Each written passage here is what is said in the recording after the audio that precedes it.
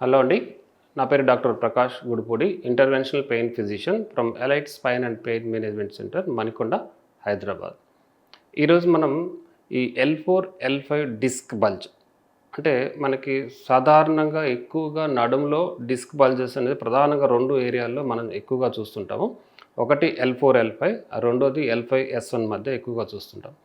ఎప్పుడైతే ఈ L4, L5 కావచ్చు, L5, S1 మీద డిస్క్ బల్జ్ అయ్యి మనకి డిస్క్ వెనకాల ఏదైనా నరం ఉంటుంది, దాన్ని స్పైనల్ కార్డ్ అంటారు. ఆ నరం మీద ప్రెషర్ వచ్చినప్పుడు వాళ్ళకేంటంటే బ్యాక్ పెయిన్ రావడము, బ్యాక్ పెయిన్‌తో పాటు వాళ్ళకి కాల్ అనేది గుంజడం జరుగుతూ ఉంటుంది. దాన్నే మనం సయాటికా అని కూడా అంటుంటాము. ఇట్స్ కామన్‌గా మనకి ఈ 2 ఏరియాల్లో మనం అబ్జర్వ్ చేస్తుంటాం అన్నట్టు. మనం ఈరోజు ఎక్కువ L4, L5 డిస్క్ బల్జ్ ఉన్నప్పుడు, L5 నరం మీద ప్రెషర్ ఉన్నప్పుడు వాళ్ళల్లో ఎటువంటి సిమ్టమ్స్, లక్షణాలు అనేది ఉంటుందో దాని గురించి మనం ఈరోజు ఎక్స్‌ప్లెయిన్ చేస్తాను. సాధారణంగా ఇప్పుడు ఏమవుతుందంటే, ఇప్పుడు L4, L5 మధ్యలో ఏదైతే డిస్క్ ఉందో, ఆ డిస్క్ అనేది జనరల్‌గా ఏదన్నా కారణాల రీత్యా మనం సడెన్‌గా హెవీ వెయిట్స్ లిఫ్ట్ చేసినప్పుడు కావచ్చు, అండ్ ఓల్డ్ ఏజ్‌లో మనకి డిస్క్ వీక్ అయినప్పుడు కావచ్చు, అటువంటి సిట్యుయేషన్స్‌లో ఏమవుతుందంటే వాళ్ళకి డిస్క్ వీక్ అయ్యి సడెన్‌గా వెనకకి జరగడం జరుగుతుంటుంది. దాన్నే మనం డిస్క్ బల్జ్ అంటుంటాము. దాన్ని ఇంకా హెర్నియేషన్ అంటుంటాము. ఇంకా డిస్క్ ప్రొలాప్స్ అని కూడా అంటుంటాం అన్నట్టు. సో ఎప్పుడైతే ఆ డిస్క్ బయటకు వచ్చి మనకి ఈ నరాన్ని ప్రెస్ చేయడం, మనం చూసినట్టయితే స్ట్రక్చర్, అంటామికల్ స్ట్రక్చర్ చూసినట్టయితే డిస్క్‌కి వెనకాల ప్రధానంగా స్పైనల్ కార్డ్ అంటారు. అంటే పెద్ద నరం ఉంటుంది. అది మనకి జనరల్‌గా బ్రెయిన్ నుంచి స్టార్ట్ అయ్యి మనకి వెనకాల స్పైనల్ కెనాల్‌లో వెళ్తూ ఉంటుంది.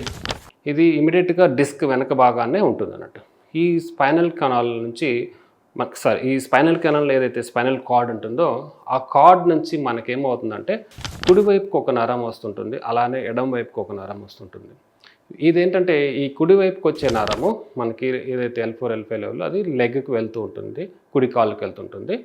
అలాగని ఎడమ వైపుకి వచ్చేది ఎడమ కాలుకి వెళ్తుంటుంది అన్నట్టు. ఇక్కడ మనకి డిస్క్ బల్జ్ అనేది మనకి ఎటువైపైనా జరగచ్చు. అంటే అంటే ఒక్కొక్క పేషెంట్‌లో ఒక్కొక్క రకం. కొంతమందికి డిస్క్ బల్జ్ కుడివైపు జరగడం వల్ల కుడి కాలుకి వెళ్ళే నరాన్ని ప్రెస్ చేస్తుంటుంది. ఇంకొంతమందిలో ఏమవుతుందంటే ఎడమ వైపు జరగడం వల్ల ఎడమ కాలుకి వెళ్ళే నరాన్ని ప్రెస్ చేస్తుంటుందంట. ఇంకా కొంతమందిలో ఏమవుతుందంటే ఈ 2 కాళ్ళకి అంటే బోత్ సైడ్ మనకి డిస్క్ బల్జ్ అవ్వడం వల్ల 2 కాళ్ళు కూడా గుంజడం అనేది జరుగుతూ ఉంటుంది అన్నట్టు. సో ఇప్పుడు మనం ఒక చిన్న ఎగ్జాంపుల్గా ఇక్కడ మనం ఆ పేషెంట్‌కి కుడివైపుకే జారింది అనుకుందాం. సో కుడివైపు జారినప్పుడు ఏమవుతుంది, ఆ కుడి కాలుకి వెళ్ళే నరం మీద ఒత్తిడి జరుగుతుంటుంది. అటువంటి అప్పుడు వాళ్ళకి బ్యాక్ పెయిన్ అనేది స్టార్ట్ అవుతుంటుంది. ఆ బ్యాక్ పెయిన్‌తో పాటు మనకేమవుతుందంటే అంటే హిప్ దగ్గర పెయిన్ రావటము అనేది జరుగుతూ ఉంటుంది.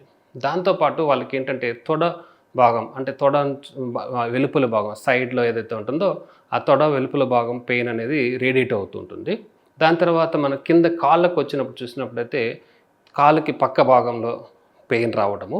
దాని తర్వాత పాదాల్లో చూసుకున్నట్టయితే పాదాల్లో ఎస్పెషల్లీ మెయిన్ ఎక్కువగా ఈ పెద్ద వేలు, బొటన వేలు వైపు ఎక్కువగా వాళ్ళకి పెయిన్ అనేది రావడం అనేది జరుగుతూ ఉంటుంది. ఇది మనకి L5 నర్వ్ అనేది అలా డిస్ట్రిబ్యూట్ అవుతూ ఉంటుంది పైనుంచి.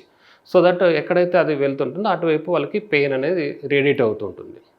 సో మనకి ఈ పెయిన్ అనేది తీవ్రత, అంటే డిస్క్ అనేది బయటకు వచ్చి ఆ నరాన్ని ఎంత ప్రెస్ చేస్తుందనే తీవ్రతను బట్టి వాళ్ళకి ఫస్ట్ సిమ్టమ్ వాళ్ళకి పెయిన్ అనేది వస్తుంటుంది. ఆ పెయిన్‌లో కూడా డిఫరెంట్ టైప్స్ ఆఫ్ పెయిన్స్ ఉంటాయి. అంటే కొంతమందిలో like shooting type of pain రావటం, కొంతమందిలో ఎలక్ట్రిక్ షాక్ టైప్ ఆఫ్ రావటం, ఇంకొంతమందిలో అంటే బర్నింగ్ టైప్ ఆఫ్ పెయిన్ రావడం అనేది జరుగుతూ ఉంటుంది.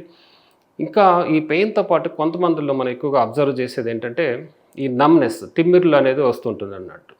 సో వాళ్ళకేంటంటే కొంత దూరం నడవగానే కొంచెం నడుస్తూ ఉండే కొద్దీ వాళ్ళకి పెయిన్‌తో పాటు ఈ తిమ్మిర్లు రావడం అనేది జరుగుతూ ఉంటుంది అన్నట్టు. ఇంకొంతమందికి ఏంటంటే ఈ ఎక్కువ ఇట్లా బెండ్ అయ్యి ముందుకు వంగి ఏదైనా పని చేయడం వల్ల, లేదా ముందుకు వంగి ఏదైనా వెయిట్స్ లిఫ్ట్ చేసినప్పుడు కూడా ఈ పెయిన్ అనేది ఎక్కువగా వస్తూ ఉంటుంది అన్నట్టు.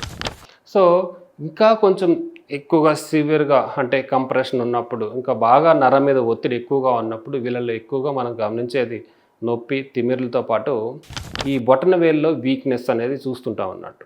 ఈ బొటన వేళ్ళు ఏంటంటే వాళ్ళు ఎక్కువగా పైకి లేపలేకపోవడం. దాన్నే మనం ఇంగ్లీష్‌లో ఈహెచ్ఎల్ వీక్‌నెస్ అంటుంటారు. దాని ఆధారంగా మనం ఎప్పుడైతే ఈ బొటన వేలు వీక్‌నెస్ మనం ఒకవేళ ఉన్నట్లయితే వాళ్ళకి నరం మీద ఒత్తిడి అనేది ఎక్కువగా ఉందని మనం ఐడెంటిఫై చేయొచ్చు.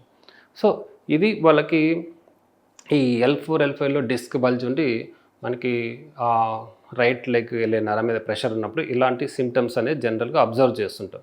సరే ఓకే, దీన్ని ఎలా మనం డయాగ్నోస్ చేస్తాం అంటే ఒకటి ఫస్ట్ ఆఫ్ ఆల్ క్లినికల్గా వీళ్ళకి కొన్ని టెస్టులు ఉంటుంది, దాన్ని SLR అంటుంటారు, ఈహెచ్ఎల్ వీక్నెస్ కావచ్చు, ఈ స్ట్రైట్ లెగ్ రేస్ టెస్ట్లు అంటారు. అలాంటి క్లినికల్గా వాళ్ళని ఎగ్జామ్ చేసి అండ్ రిఫ్లెక్సెస్ చూస్తుంటాం అన్నట్టు, యాంకిల్ రిఫ్లెక్స్, నీ రిఫ్లెక్స్ ఇట్లా చూసి వాళ్ళని క్లినికల్గా ఎగ్జామ్ చేస్తాం. నెక్స్ట్ రేడియలాజికల్గా ఏంటంటే ఎక్కువ ఫస్ట్ టైం ఎక్స్రేస్ అడ్వైస్ చేస్తాము.